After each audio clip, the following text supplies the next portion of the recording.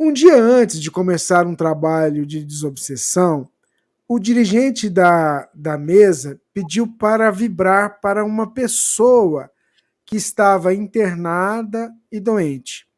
Eu comecei a vibrar e, de repente, me vi como se estivesse numa mata com índios, com uma fogueira acesa, e um índio que parecia o chefe pegava uns galhos de planta e jogava na fogueira. Eu não entendi Uhum. nada e fiquei com vergonha de falar o que vi e não ser compreendida. Você poderia me ajudar a entender, esclarecer o que isso poderia significar, Jorge? Nós temos tantas origens, nós temos tantas histórias como espíritos. É uma ilusão nós acharmos que essa é a nossa primeira existência e que a gente nunca peregrinou por outros povos, por outras culturas, por outros ambientes. Nós temos muito uma tendência de olharmos apenas para as nossas raízes europeias e as nossas raízes africanas. Então, quando se fala de mediunidade, se fala de espiritualidade, a gente procura alguma conexão com algum culto afro ou com as raízes europeias por conta da nossa colonização.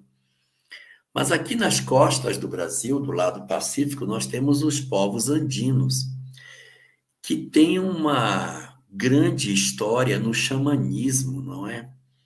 Nós temos muitos xamãs, nós temos muitos conhecimentos espirituais trazidos pelos incas, pelos astecas, pelos maias e pelos diversos povos, até indígenas, que ofereceram para nós muitos conhecimentos espirituais.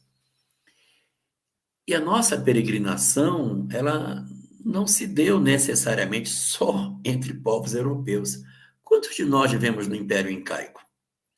Quantos de nós vivemos entre os astecas, entre os maias, entre os toltecas, entre os marajoaras, entre as diversas tribos que o nosso Brasil teve, agasalhou ao longo da sua história? E nós fizemos muitos amigos durante esse período. Então é razoável, não é assim uma coisa distante da realidade, que os nossos amados, que os nossos amores continuem cuidando de nós. E de repente, os nossos xamãs, os nossos protetores têm vínculos com esses povos, que são povos de uma origem pré-colombiana, mas nem por isso são povos que a gente possa dizer que não têm um contributo para oferecer de forma alguma. Eles têm uma capacidade de se conectar com o mundo espiritual fantástica. Inclusive, o pessoal que faz a divulgação do espiritismo na, na América Central conta muito que, quando fala de experiência mediúnica, né, a gente aqui no Brasil fala experiência mediúnica, tem muito contato com o afro, né? Lá eles têm contato com o xamanismo, a discussão lá é o xamã. Isso é muito interessante.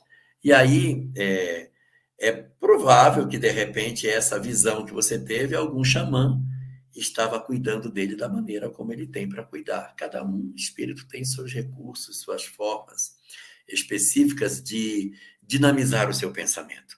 Então, ele usa esse instrumento da fogueira para ter mais força espiritual de crença de que agora sim o pensamento dele vai subir, como alguém que acende uma vela e diz: agora vai. Se eu fizer uma oração com a vela apagada, não vai subir.